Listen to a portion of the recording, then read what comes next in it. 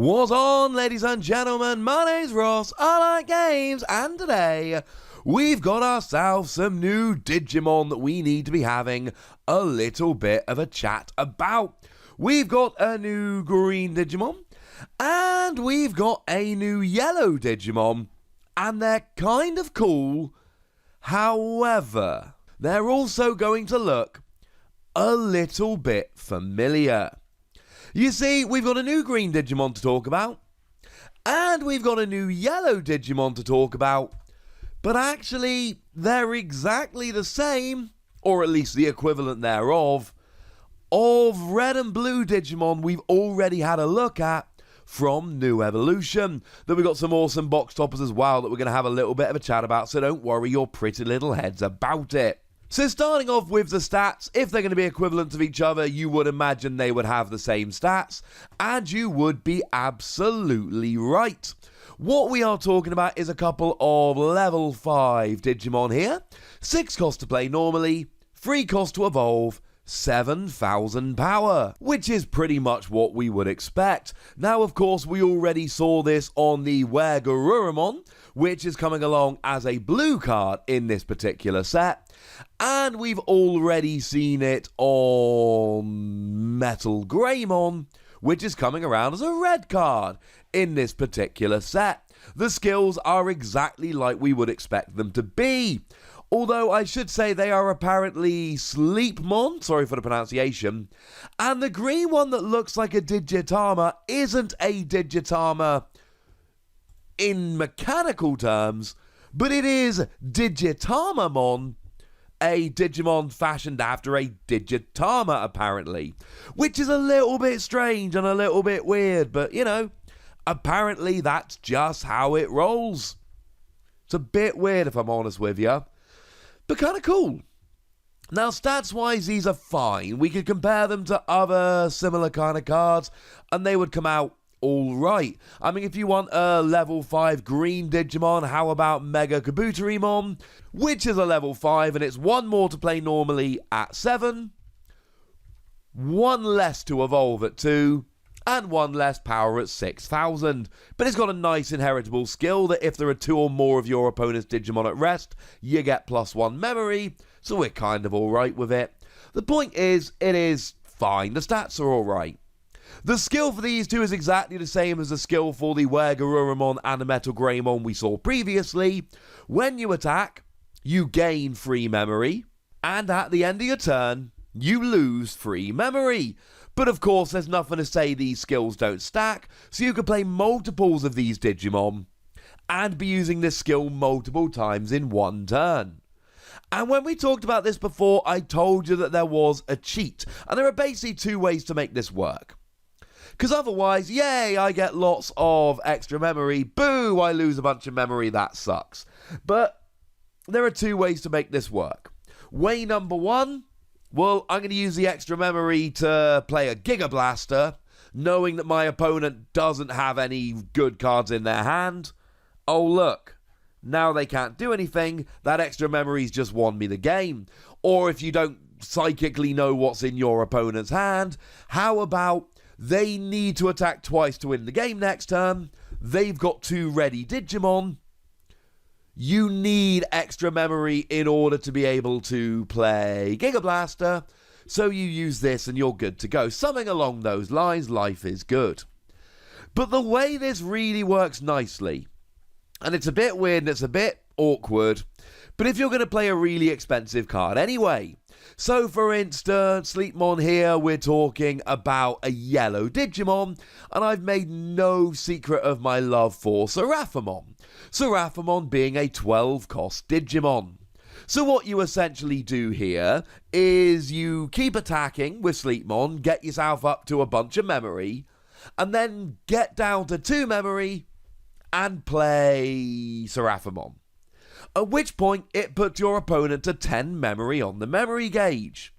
But remember, the memory gauge has a hard cap of 10 memory. So if I play Seraphimon putting you to 10 memory, and then there are 3 abilities from Sleepmon which are supposed to give you an extra 9 memory, it can't.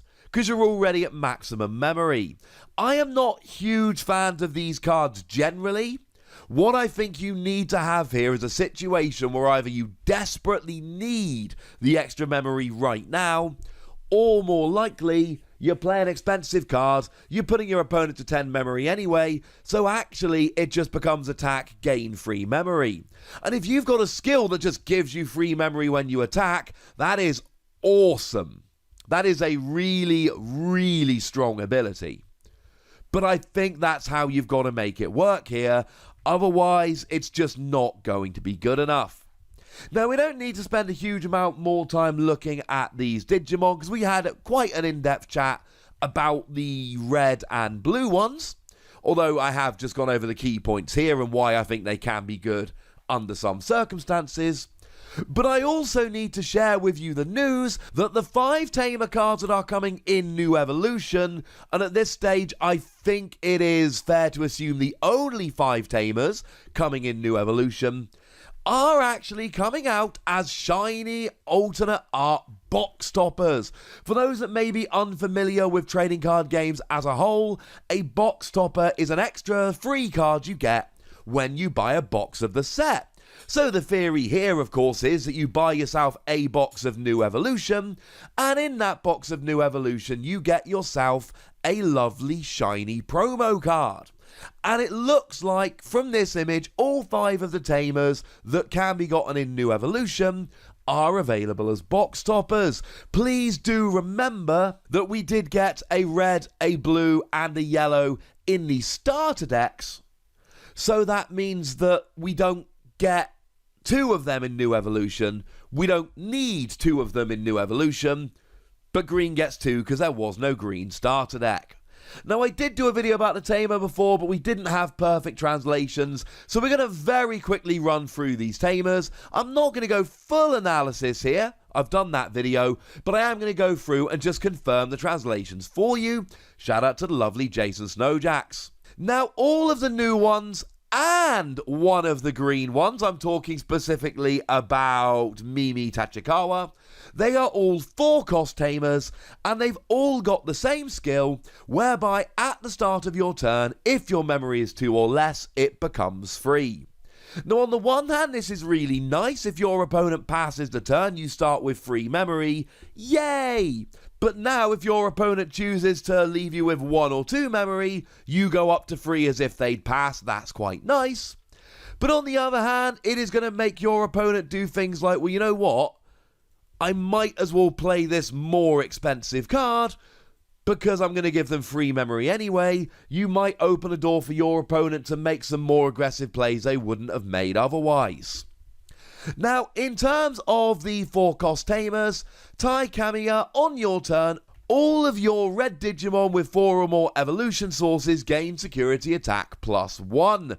Now, that is very much worth bearing in mind that War Greymon, when it's got 4 evolution sources, already has security attack +2. That is a lot of extra security attacks. But you've basically got to get up to at least level 6 to make this work. No, it won't work with Omnimon. Omnimon is a level 7 Digimon. It's a white Digimon. It ain't no red. It can evolve from red, but it ain't red.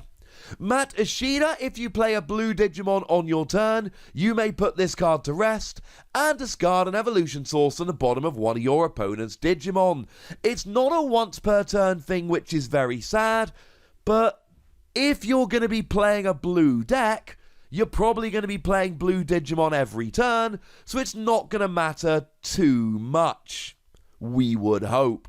The other thing is you do have to rest it. Resting isn't relevant to attacking or blocking, it just stops you using it more than once. TK Takaishi lets you check all of your security cards, reveal one and add it to your hand. If it is a yellow card, recovery +1. Put the top card of your deck down as a security card. This is very important, mind you, because otherwise you'd just be giving up a security card and your opponent would then be 20% closer to winning. That would be kind of rubbish. It's decent searching and it can actually get you a card out of your security, which is rather nice. And then we've got Mimi Tachikawa. If you have a level 5 or more green Digimon, you may rest this and hatch a Digi-Egg in your raising area, or move a level 3 or more Digimon from the raising area to the battle area. And this is my favourite of the 4-cost tamers. Now this is actually a little better than we thought it was, though you have to have a level 5 or above green Digimon. But remember, at the start of your turn, you may either hatch a Digitama, or move a level 3 or above Digimon from the raising area into the battle area. Well, here you get to do both. Here you can hatch a Digi-Egg at the beginning of your turn, and then evolve it up, and then rest Mimi and move it from the raising area. And the wording we've got, which is a translation, so it's not official, but they're pretty good so far. Jason's no Jax, he knows his stuff.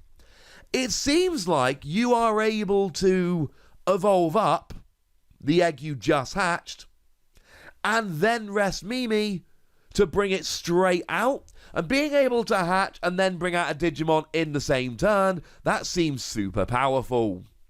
Now we also do have the green 2-cost tamer, Zoomy, and if you got a level 5 or more green Digimon, you may rest it, reveal the top card of your deck. If it's a Digimon, add it to your hand. Again, I like this, and it's slightly worse than we thought because you've got to have a level 5 or more green Digimon. Honestly, it's quite cool, but it only works when you've got your level 5 or more out. But as soon as you get your level 5 or more out, both of these green tamers are looking very, very nice. So there we go. We've fixed a slight hole that we had in terms of not having yellow and green Digimon with a +3 when you attack, -3 when you don't. And we're getting some rather gorgeous box toppers, and I, for one, am rather happy about it. But at this stage, I'd like to know what you think about all of this news, so let me know in the comment section. Go nuts, me nice. And then make sure you like this video, subscribe to this channel, follow me on Twitter at the Wossy, where we talk Digimon and a whole bunch of other games, and please do consider checking out patreon.com/PTCG Radio, where you can support the channel, get some bonus podcasts, all that good stuff. But by far the most important thing, as always, look after yourselves till next time, would ya? Thank you very much for watching. My name's Ross, and you've been watching Wossy Plays.